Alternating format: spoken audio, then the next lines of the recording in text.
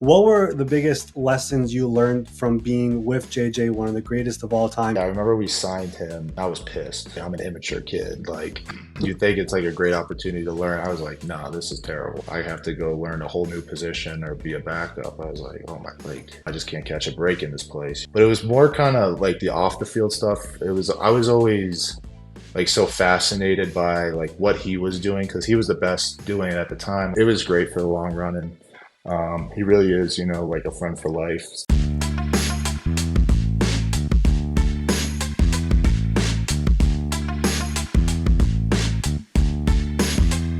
Welcome in. It is the Tuesday, March 25 edition of the NFL Spotlight Show. I am your host, Ari Meirov. It's been a couple of weeks since we've had a spotlight guest over here every single Tuesday.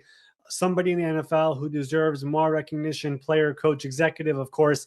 Last couple of weeks, free agency, a lot of movement. So we skipped over a couple of guests, but it is back over here today. And joining us here on today's episode, we are going to be joined by Denver Broncos defensive lineman Zach Allen, one of the better interior defensive linemen in the NFL, had the most pressures of any interior defensive lineman this past year, an all-pro, not a Pro Bowler, which tells you everything you need to know about why he is deserving to be a spotlight guest, and a person who really has a really cool journey, which we talked about over here on the episode with Zach. We will talk about more things happening around the NFL on the back end of the show. But for now, here is my full discussion with Broncos defensive lineman Zach Allen. He just finished his sixth NFL season, his second with the Denver Broncos, had a career high in tackles, sacks, led all interior defensive linemen in pressures, and was named an All-Pro for the first time in his career. It is Zach Allen. Zach, thank you so much for doing this. How has the offseason been so far? Yeah, thanks for having me. No, it's been good. Yeah, definitely some much needed time off, but it's been exciting and yeah, just getting back to work right now, getting ready for another year. Well, I'm really excited to have you on here. You were one of our guys on the initial list that when we started this almost a year ago now, and you're one of the guys I really wanted to get on another really incredible year. And you're truly like an embodiment of what the show is about, which is spotlighting people who deserve some more recognition. And the way we do this show is we love really going through people's journeys and how they really got to this point. And I kind of want to start with this because you were a really big sports guy growing up in Connecticut, football, basketball, baseball, all of it. But from what I understand, you really initially was thinking about doing baseball as your thing. And at one point you were thinking about quitting football. How did you like land on football, and what was that entire process like on landing on football on defensive end? Yeah, so it was kind of I was a sport athlete, but my first love was baseball. Big Yankee fan, grew up, 30, 40 minutes from the Bronx. So, kind of growing up, but all my friends, they played football or basketball. I had a lot of fun, but football was always kind of my least favorite sport because, and at least at the time, there was like, those kind of weight limit rules for who could touch the ball, who can't. So, I always had that orange dot on my helmet, and always was playing O line, D line. And, it was just at a certain point, I was kind of like, I have more fun with the baseball. And, kind of get into high school, everyone, there's no more weight limit. So everyone said, it's going to be different. You'll be able to play kind of, outside, play tight ends, have fun with it. And my freshman year, it kind of was the same old thing. I was like, screw it, better at baseball anyway. I'm having more fun doing it. And yeah, so then, I kind of after my freshman season went to, the head football coach was like, hey, appreciate you, giving me a shot, but I think I'm gonna stick to baseball because, at that point it was kind of baseball and football. There's so either you got to get super big for football or baseball. You got to be able to kind of, throw and move. And then he's like, you're not quitting. I was like, yeah, I am. He's like, I'm calling your dad. And my dad was like all for it. He's like, yeah, sure, whatever. He wasn't a huge fan of me playing football from an injury kind of standpoint. And, I get a call kind of an hour later from my dad, like, hey, let's give it a shot one more time. It's like, okay, fine. And it was different. I got to play outside, play varsity, had a lot of fun. And then I ended up giving up the baseball actually, which is kind of crazy, kind of 180, but it worked out. It is truly a crazy story that you ended up going back to football and your dad was with it, you're a football coach, who we'll talk about here in a second, was all for you playing football because he saw your potential and you really had an impressive high school career in Connecticut where you were like the Gatorade Player of the Year in 2014 as a senior. You had these stats are crazy. A school record 13 and a half sacks, 100 plus tackles, 18 tackles for loss, 7 forced fumbles, 2 interceptions. I think you had a couple touchdowns on offense as well.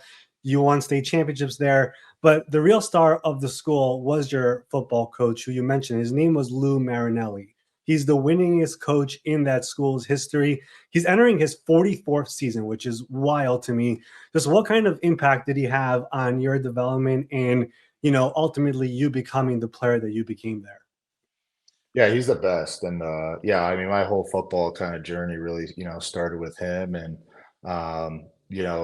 he's, your typical Italian, and he ran it like a family atmosphere. It was incredible, and, really rallied everybody, parents, family, players, um, in the whole high school, they all kind of felt like they're part of this community that he really built, and, he's the absolute best, and the fact he's still doing it is crazy, but he loves it. And every time I go back to Connecticut, always see him. And he actually was able to come to my first NFL or hit the first NFL game he ever came to because we played the Jets this year.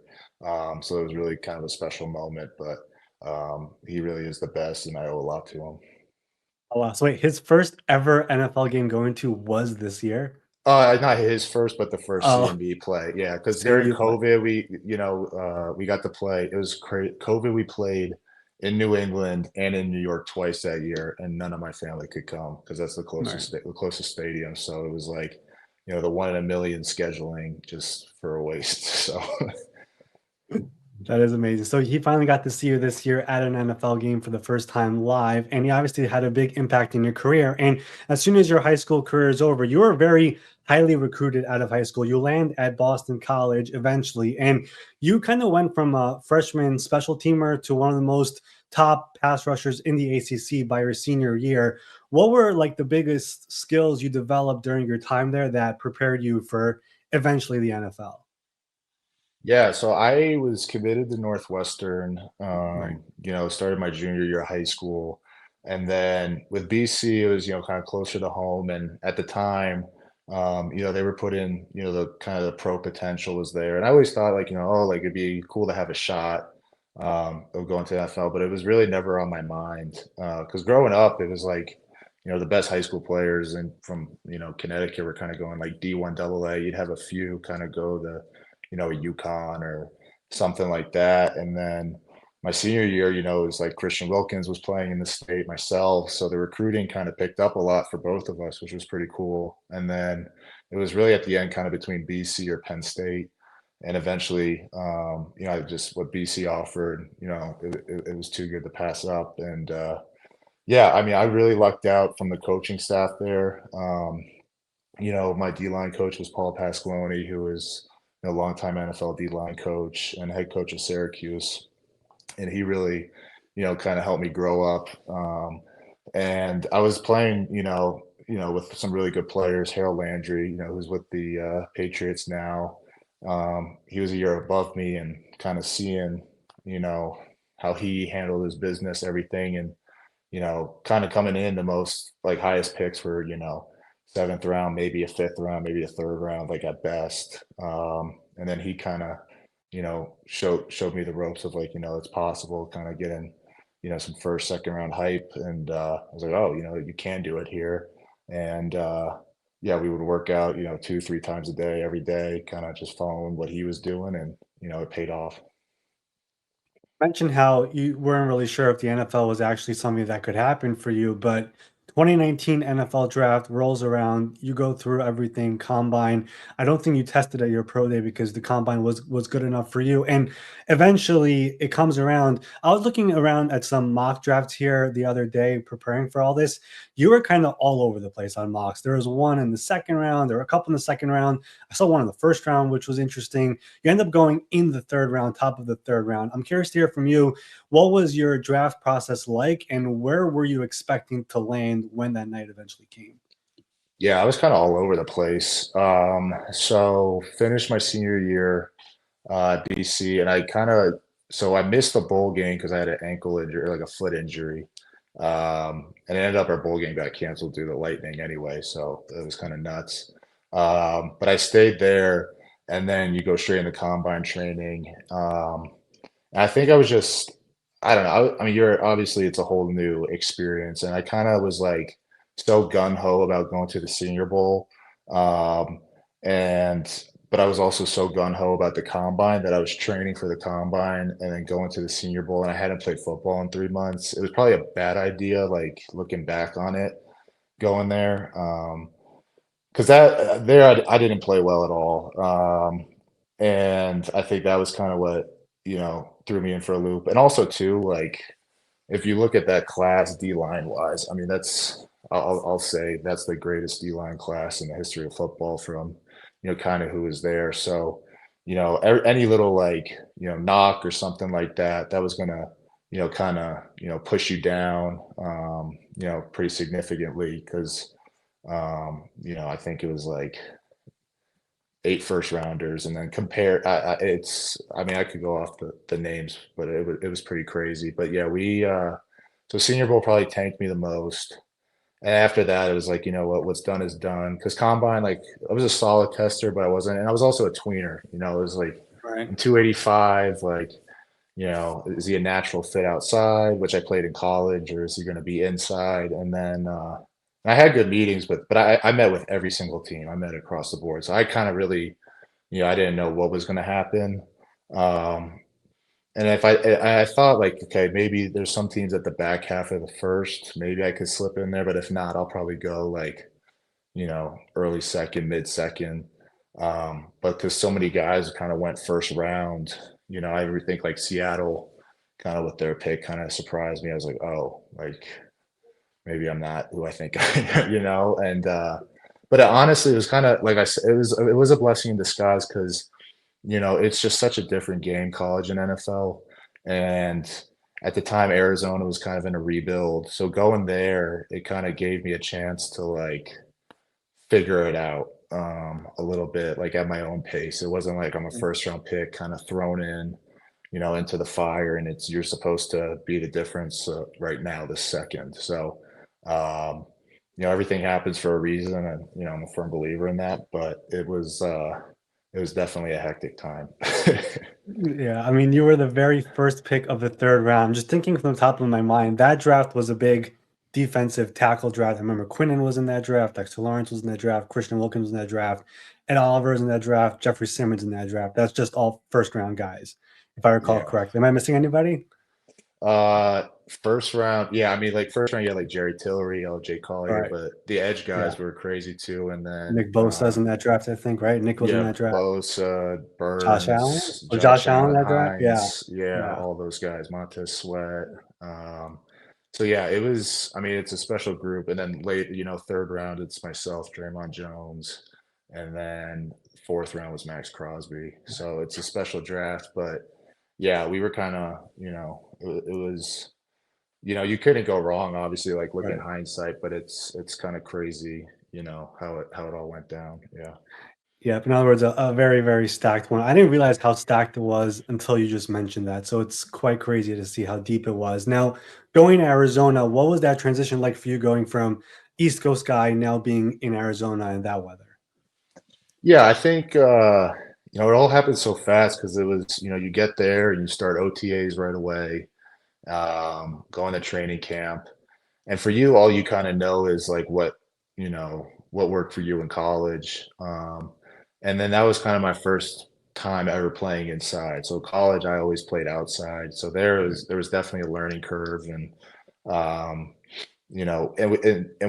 our team was it was kind of a weird mix. Like you had like guys who were like in year like 13, 14, 15, or you had guys on rookie contracts. There's just like no in between.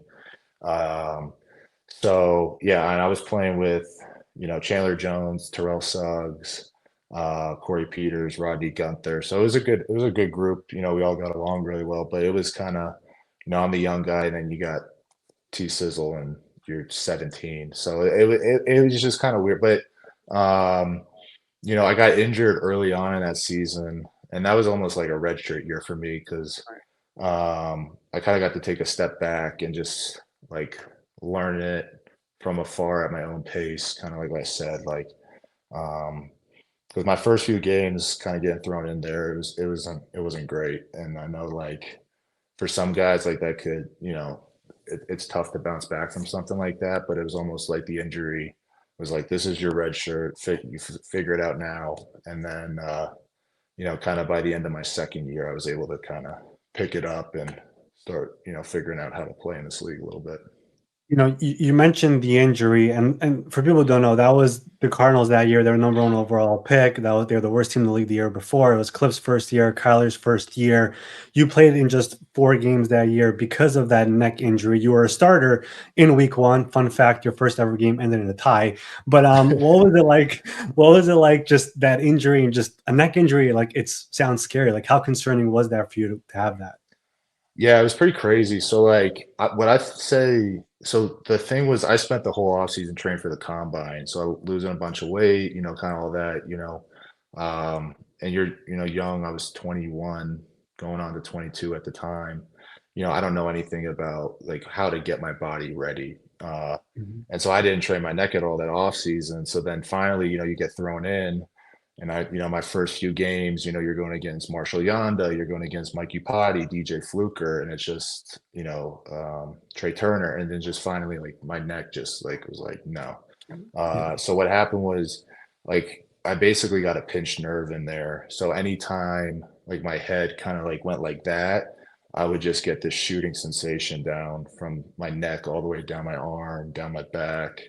Um, and it would like burn, like not like it wasn't like a normal stinger where it goes away. Like it would just stay there for, 24 hours. It was miserable. So um yeah, they had to shut it down and let the kind of the nerve heal on its own. I ended up having to get like six six injections in my neck. And then we just spent and COVID hit, and then that whole COVID time, it was just all neck, trap, stuff like that. And luckily, knock on wood, I've been clean since. But um, it was we went to LA to see the specialist, and he was kind of like, for you, it's like you got to build up your neck, or this is going to be here forever. So if you don't so we went pretty crazy with the training, but it was a little scary, but I think, you just kind of put it in God's hands and um, just keep working.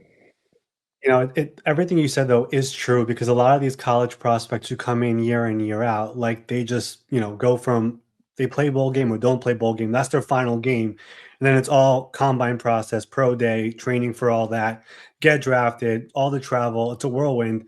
Then you're thrown into rookie minicamp and it's like, hello, like it's too much, right? Yeah. And the NFL has never made a change to that yet. I know a lot of agents are upset about it, but it's a real thing. And obviously it affected you. But you did come back and you truly ascended year after year. And I want to jump over to 2021 because that was a big year for the team and the organization because they made some veteran additions as well. They started the year undefeated, but that offseason, they also signed JJ Watt to the team. And from what I've seen, and you guys were in the Hearts in season version of Hard Knocks in his last year there, and I saw you two always in the room together. It really looked like he took you under his wing.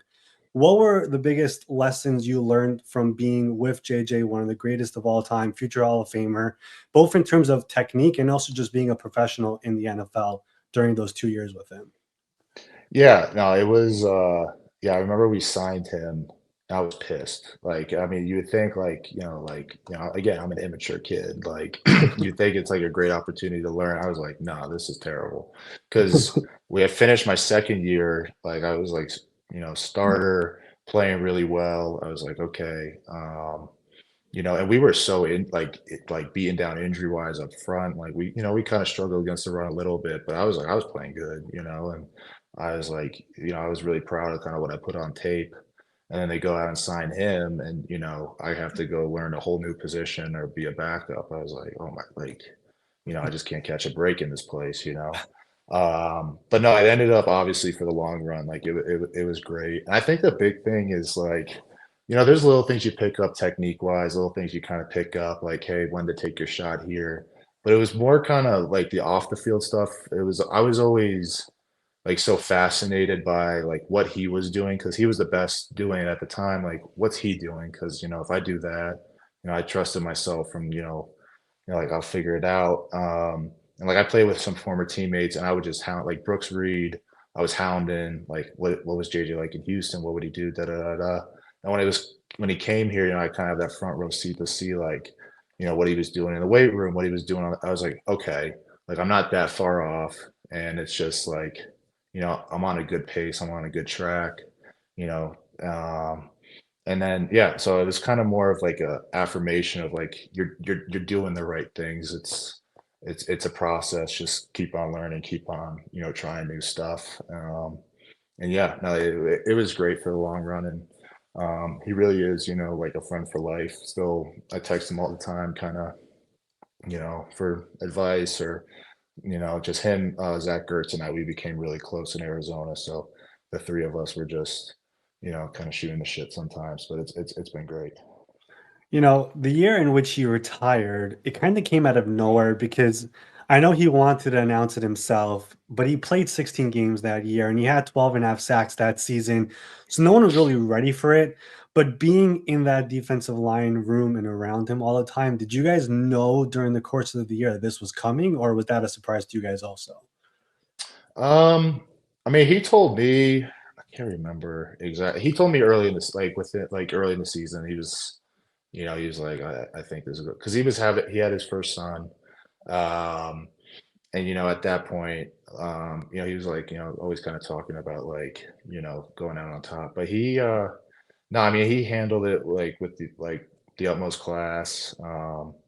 And the way his last game in San Francisco, the way that kind of the 49ers sent him off was really special. And being kind of along for the ride to see kind of how um, just like to see like the reaction he got, you kind of realize like how special of a player and a person he was during his career and what he did, and how it affected not just Houston or Arizona, but across the league and how beloved he was and respected he was. And it was really cool to watch and kind of be along for the ride and kind of be there for that last year. Yeah. So that year also, I mentioned it before, there was the Hard Knocks in season, and it seemed like the cameras were in your room a lot. Was that weird? Was it you got used to it already, or like having conversations in the room with Hard Knocks cameras in your defensive line room all the time? Like, what was that like for you guys? Yeah, no, definitely a lot of well, so it was just they had that secret camera in there. So, definitely have to be careful. And JJ was on Hard Knocks before, so that was like Right. he was kind of like, he played cool. So like he kind of gave us the tips on, you just I wouldn't say it's a distraction. I mean, the way they advertised it to us, they're like, yeah, there's only gonna be like 4 or 5 cameras at practice, and it was like a 30-person crew. It was like that's a complete lie.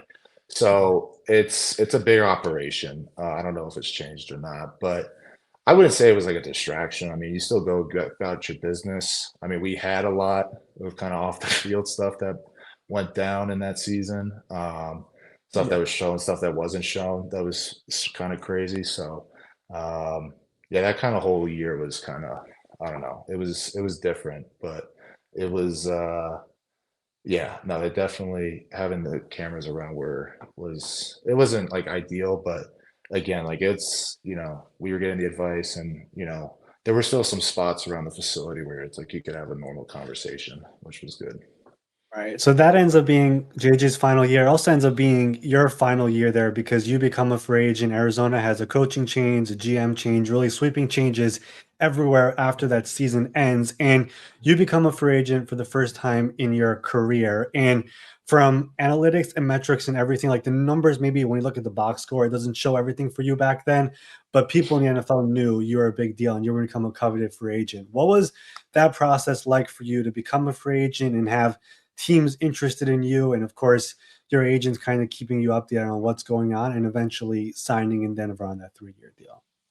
Yeah, no, it was pretty cool. It kind of felt like college recruiting again, but obviously it's you're doing at the highest level. No, it was kind of crazy because my agent just he would not give me a number. He was like, I don't want to like give you a number. Like I just because he's like I've seen it go every way. So he's like, I'm gonna which I respect like obviously is like the way to do it. You don't want to get somebody's hopes up and then kind of be like, oh, pull the rug out from under them. So um, once kind of the combine went down and kind of all those preliminary talks were happening, it was like, okay, we're gonna have a pretty healthy market. And then I think eventually when that Monday hit at noon or whenever free agency opened, I think it was weird because you kind of hear like see all the deals fly off the table, obviously kind of negotiated before. Mine was like, you know, we had like 6 teams say they were going to offer, so I didn't have like kind of that luxury of just like getting it done right away. It was like okay, um, so to kind of go in like 3 hours, like bits of like, these 6 teams sent in offers. My agent and his people are kind of reading through all the language and like getting back to me, getting back to the team, and then eventually, yeah, no, we went with Denver. It was like 9:30 at night, but it was definitely really happy with my decision and kind of obviously it went well and got more than I thought I was going to get in free agency, so it was pretty cool. Well, that's what makes free agency so good and why so many players hate the franchise tag because if you have many teams going after you, the market only goes up and up. And of course, it definitely helped you, but you proved your worth right away. And you were one of like the first big signings for Sean Payton, the head coach, but he brought in a defensive coordinator with him who you're pretty familiar with. Vance Joseph becomes the Broncos DC with Sean. He was your defensive coordinator all 4 years in Arizona. Now it continues here in Denver. What has he meant for your career now after 6 years, having him all 6 years? And in my mind, one of the very best defensive coordinators in football. What has he meant for your entire career? Yeah, no, I really lucked out, kind of going to Arizona with him at that time, and he was with JJ in Arizona, so that was kind of like when he drafted me. He was like, yeah, like I kind of see you playing that role, the versatility, everything like that. Which I kind of did a little bit of that in college and played around like matchup based, and the fact that I've had him all 6 years, it's been awesome because he knows me, I know him, so we know exactly kind of what we both want from everything. And that's why I think you've kind of seen this uptick every single year in my career is, kind of, I think really based, because he knows what I like, and he puts me in those positions. And, this year was a special year, obviously, but, he's, like you said, I think he's the best DC in football. And as long as I can, play for him, I'd love to. You mentioned just signing that contract and getting what you got, and you have to like, prove it now. And your first year of the Broncos, you proved it right away. You put up a career high in tackles. You had 5 sacks that year. You proved exactly what it was when it came to that contract. How was it that first year being with a new team, a new city with the contract, and just immediately proving that I'm worth it, I belong here, and I'm a guy over here with this new team, new culture, new head coach, and everything. Yeah, it was kind of weird because you signed the contract and your whole rookie contract, it's all like second contract, make it and you're gonna be set for life, da da da. Da. And then I remember signing the contract and it was kind of like, okay, what now? Like it didn't like, for me it was like, okay, now I have a bigger target on my back, if I don't perform, you're the first person that look to get cut type of thing. It's, you really got to come in. Um, so, and then that whole off season, it's so weird because it's like moving to a new city. It's, I was spending, I mean, it took me like 2 months to find a house. Like it sounds stupid, but like it's new routines, like when you're supposed to be like resting or getting like you're on your feet, you're looking at houses all over the city, stuff like that. So it was kind of the whole off season was a little weird because you're just trying to figure out everything.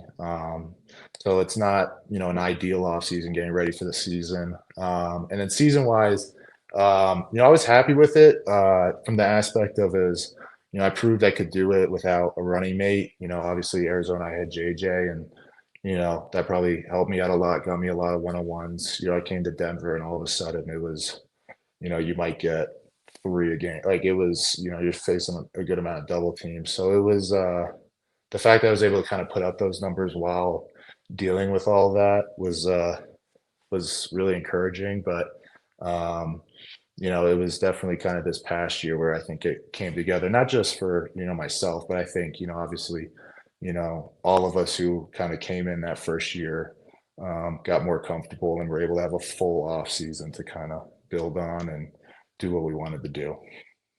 And you mentioned this past season, and you were named second team All Pro. You were not named a Pro Bowler, which I'll get to in a second. It's a joke, but you played over 960 snaps this past year. That was the most among any defensive lineman in the NFL, and you played 16 games. There was one game that you didn't even play, so that is incredible. Where does your stamina and ability to just get better as the game goes on comes from? Like your pressure rate in the fourth quarter is the best of all quarters in a game. Like, where does that come from that you're better as the game goes on for you? It's quite an accomplishment.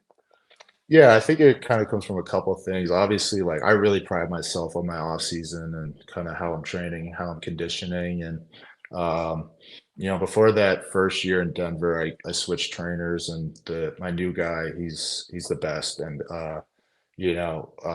it's funny because, after this year, everybody's like, "Oh, what you do, what you do." It's like, if you want to come with me to Connecticut and, March and April, like you're more than welcome to, but it's not Florida, it's not Arizona. But, all the credit goes to him, Ben Prentice and Brian Elser and at PHP. But yeah, really pride myself on my conditioning and, um, yeah, I think another thing too is I'm really methodical about kind of my approach with, pass rush, and playing guys. And, you know, I like to set things up and there's a rhyme and a reason to why I'm doing something. It's not, I'm just going out there and, what happens, happens. So, kind of that fourth quarter, when I have three quarters of kind of going against a guy, feeling it out, seeing what works, what doesn't work, then I'm able to kind of turn it on. And you want to be in the best shape when you got to turn it on. So it's kind of the combination of those two things. You mentioned before that you were getting double teams now, and it's no longer one on ones and JJ on the other side. Is that something that's like, okay, guys respect me now, or is that like, okay, it's so frustrating, I'm getting double teamed? Because obviously it opens up everyone else on the edge, Benito and everybody else. But now having those double teams, like, what does that mean for you? Is that like, all right, I'm a big deal here, or is it like, gosh, can I just get a one on one over here? Yeah, I mean, it was definitely that first year was frustrating. That was probably the most stress, like football wise, because obviously you want to perform, and we were making a playoff push, but there's not much that you could do. So I think honestly, this past year getting JFM was huge because he's one of the best rushers in football, and he's so selfless. And the way that we worked together, it was really special. And we kind of were able to free each other. Like it was, kind of take your pick 50-50, with where the center is going to slide. Because, if you slide to me, JFM gets a one-off-one and then vice versa. So it was a really special year, and playing with JFM was awesome. And I definitely am, really, really thankful for him. And it was honestly like the way we kind of came to like figure it out. Because I always say like interior D line play, like when you play with another guy, it's almost like hockey with like D pairs. Like chemistry is so huge in it. Communication, nonverbal communication, kind of, feeling each other off to, keep rush lanes and keeping the pocket, like integrity. Um, it really is. It's hard. Like JJ and I, it took us like over a year to kind of really truly like be able to get to the point where we really truly like understood it. But with JFM, it took like 2 weeks in camp. It was special. Like yeah, I've never really had that before. So it was awesome, and we definitely plan on doing it again this year.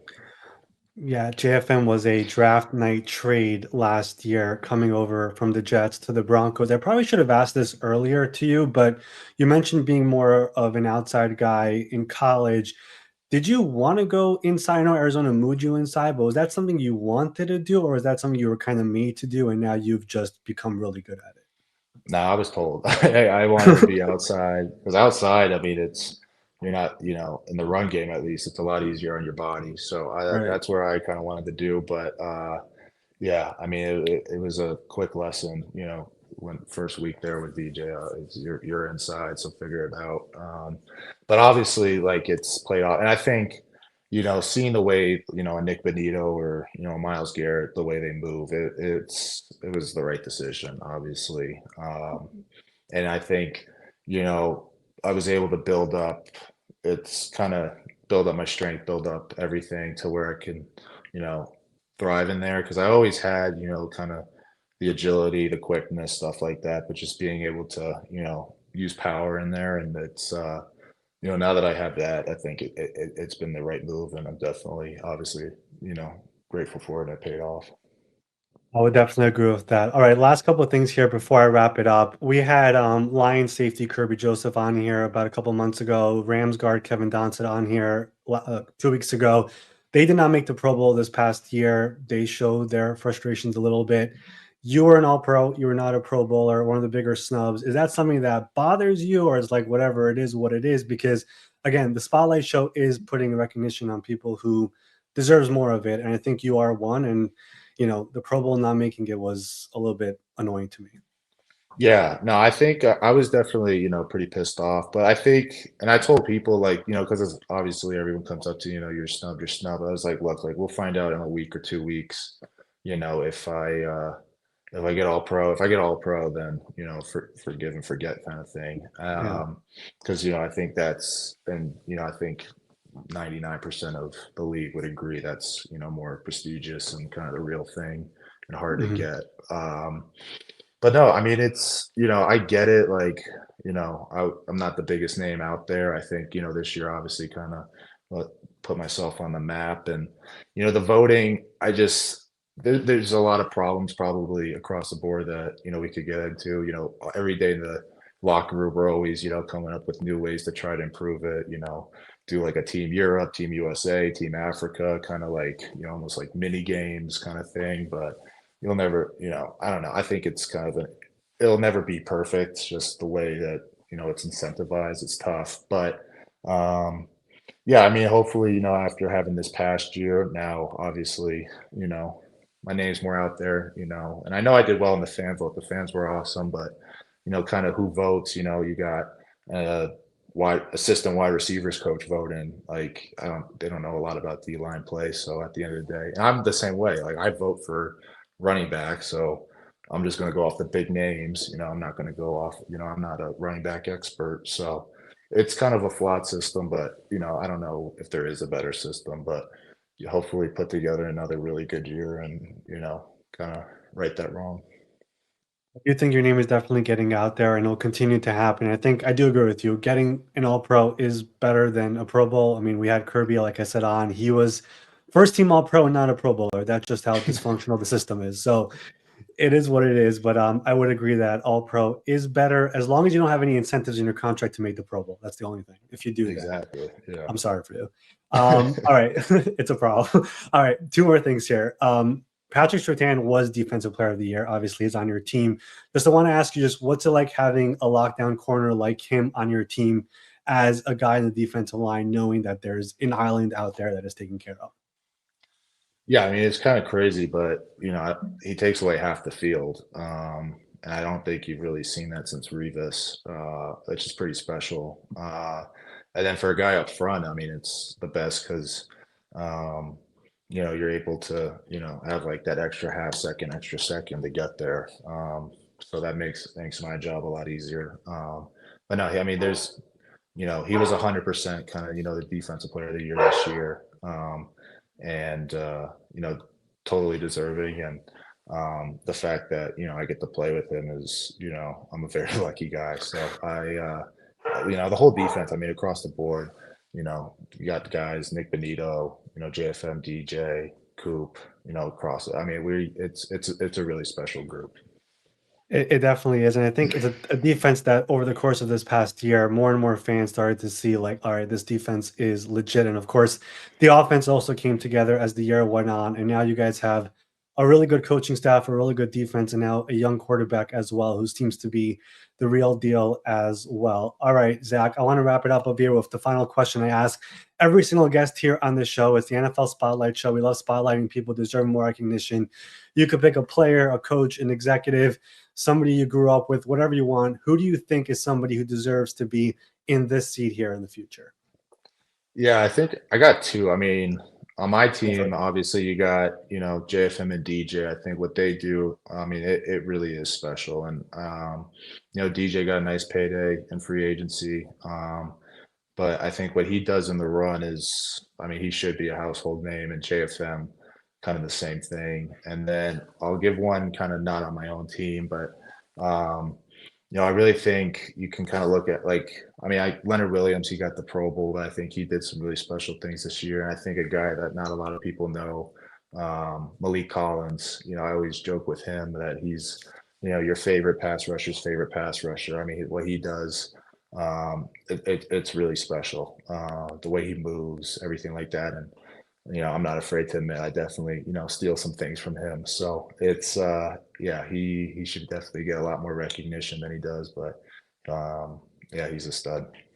Those are all great choices. And Malik, surprisingly cut by San Francisco, didn't take very long to get picked up by Cleveland. I think like a day later, he was already picked up. So other teams around the NFL definitely see how special he is. And every pick you made there, Leonard, DJ, JFM, all of them are very well deserving. And we'll get to work on getting some of those guys here on the show. But Zach, I really want to thank you here for coming on, talking about your path, your journey, your career, everything from top to bottom. It's truly amazing what you've done, your career so far, this past year, of course. And I do believe your name is going to get out there even more over here in the coming, this upcoming year and in the future as well. So continued success. Enjoy the rest of the offseason. Thanks so much. Awesome. Thank you so much.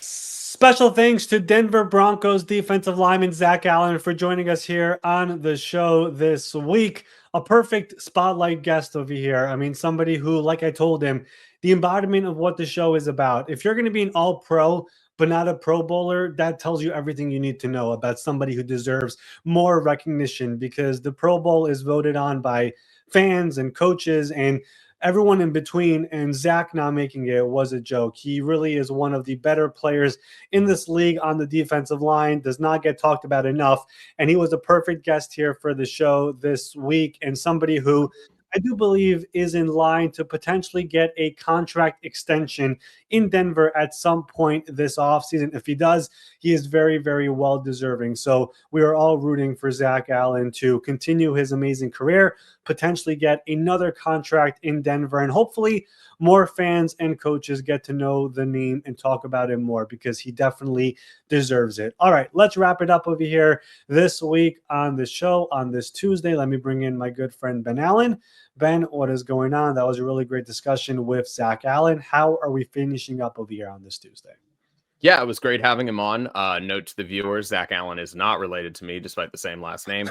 He was quite fantastic, though, and we enjoyed talking to him.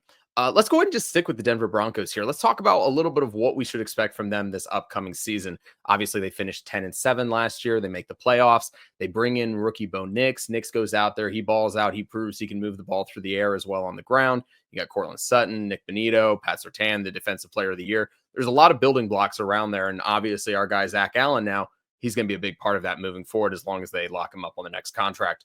What do you make of this team, and where do you expect them to be this upcoming season?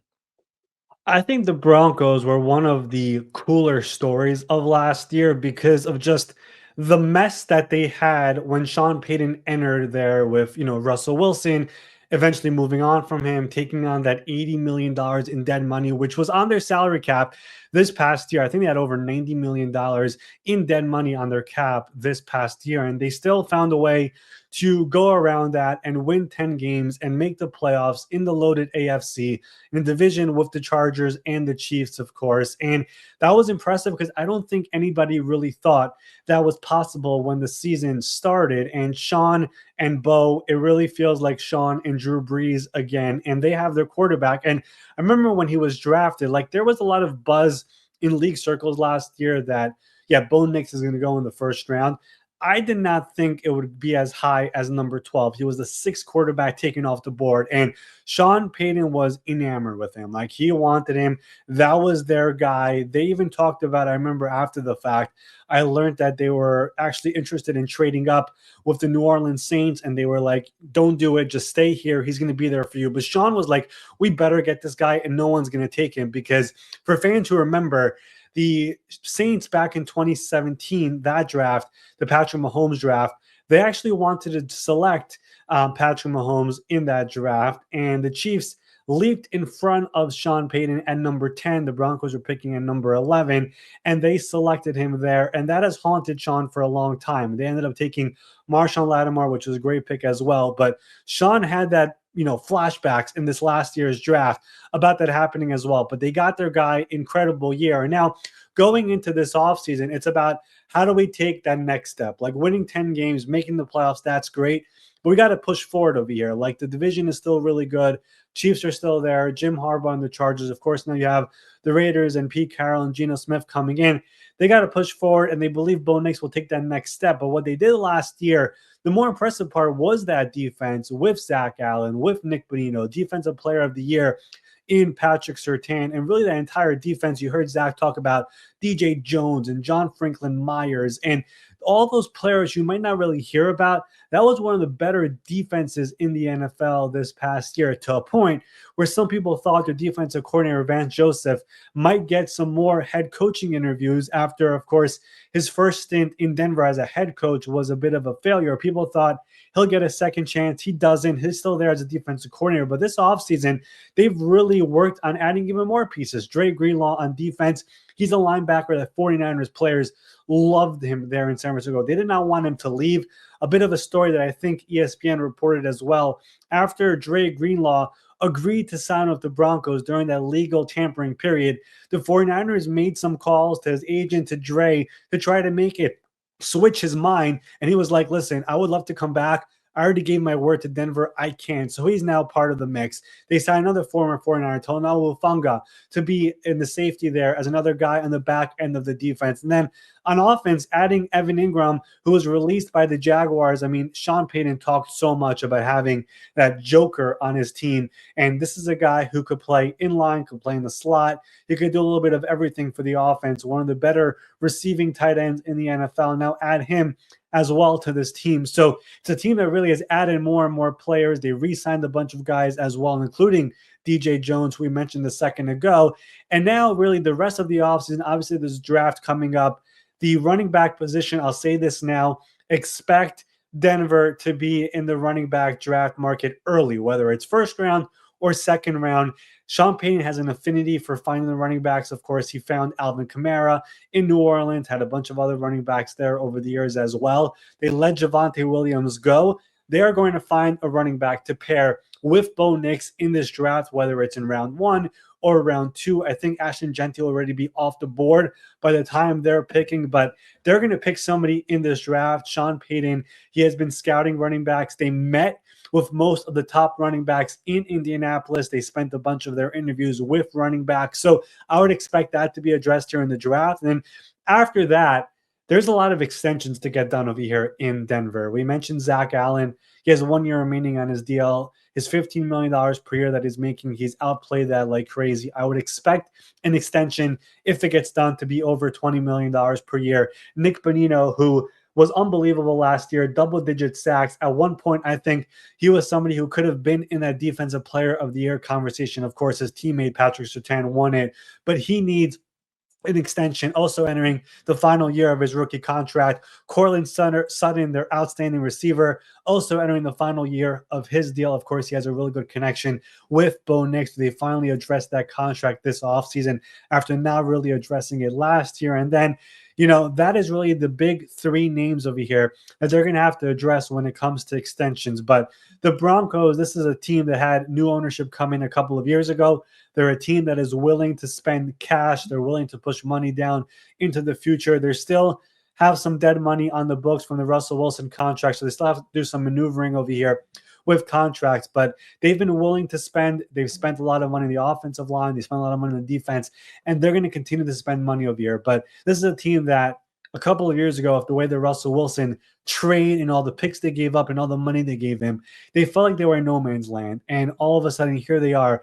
They are a true contender over here in the AFC. The goal, of course, is to see Bo Nix actually take that next step, because we know the AFC, Patrick Mahomes, Joe Burrow, Josh Allen, Lamar Jackson, and on and on.